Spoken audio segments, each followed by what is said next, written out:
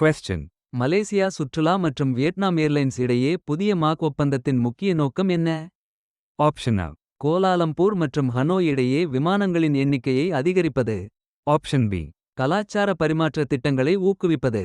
Option C. எல்லை தாண்டிய பயணங்கள் மற்றும் நிலையான சுற்றுலா வளர்ச்சியை ஊக்குவிப்பது. Option D. இரு நாடுகளிலும் புதிய ஆடம்பர ரிசார்ட்டுகளை உருவாக்குவது. The correct answer is எல்லை தாண்டிய பயணங்கள் மற்றும் நிலையான சுற்றுலா வளர்ச்சியை ஊக்குவிப்பது. question. செய்திகளில் குறிப்பிடப்பட்டுள்ள சாரதா எழுத்தின் முக்கியத்துவம் என்ன? Option A. இது காஷ்மீரில் அதிகாரப்பூர்வ அரசாங்க ஆவணங்களுக்கு பயன்படுத்தப்படும் நவீன எழுத்து. Option B. இது பாலிவுட் திரைப்படங்களில் பயன்படுத்தப்படும் எழுத்து. Option C. இது இந்தியாவின் பாரம்பரியத்தின் முக்கிய அங்கமாக கருதப்படும் ஒரு பழங்கால எழுத்து. Option D. இது உளவு அமைப்புகளால் பயன்படுத்தப்படும் ஒரு ரகசிய குறியீடு.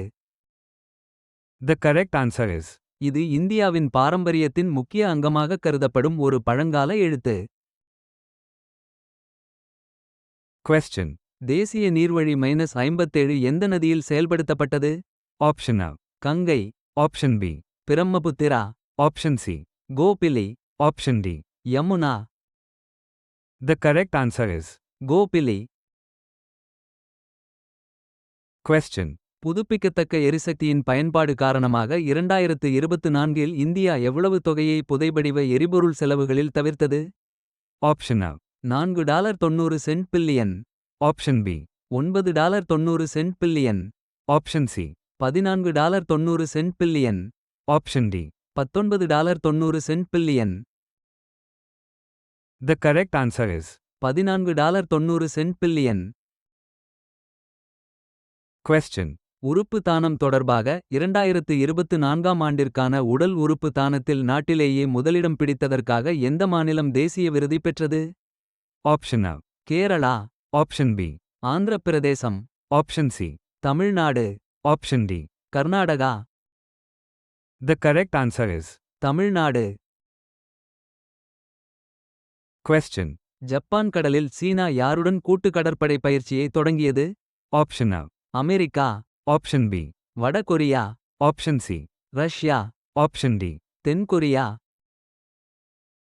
The correct answer is Russia.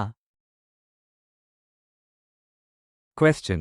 Philippines அதிபர் மார்கோஸ் ஜூனியர் மற்றும் இந்தியா இடையேயான வரவிருக்கும் இருதரப்பு பேச்சுவார்த்தைகளின் நோக்கம் என்ன? Option A. கலாச்சார பரிமாற்ற திட்டங்கள், Option B. இராணுவ கூட்டணிகள், Option C. வர்த்தகம், முதலீடு மற்றும் கடல்சார் ஒத்துழைப்பு, Option D. விண்வெளி ஆய்வு. The correct answer is வர்த்தகம், முதலீடு மற்றும் கடல்சார் ஒத்துழைப்பு. question. லடாக்கில் இஸ்ரோவின் 10 நாள் ஹோப் அனலாக் மிஷனின் பெயர் என்ன? Option A. Chandrayaan -4, Option B. Gaganyaan -2, Option C. Hope, Option D. Aditya L1. The correct answer is hope. question.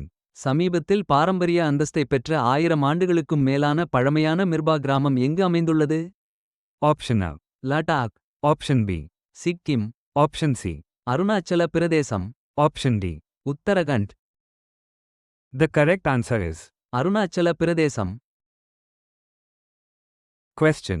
Asia மற்றும் பசிபிக் பிராந்தியத்தில் நிலையான வளர்ச்சி இலக்குகளை அடைய அவசர நிதி தீர்வுகள் தேவை என்று எந்த சர்வதேச அமைப்பின் அறிக்கை எடுத்துக்காட்டுகிறது? Option A. உலக வங்கி, Option B. IMF, Option C. ஐ.நா, Option D. WHO. The correct answer is ஐ.நா. question. NASA ISRO Nisar திட்டத்தை வெற்றிகரமாக செயல்படுத்திய மோட்டார்கள் எந்த அமைப்பைச் சேர்ந்தவை? Option A. HAL, Option B. Sona speed, Option C. DRDO, Option D. Bell. The correct answer is Sona speed.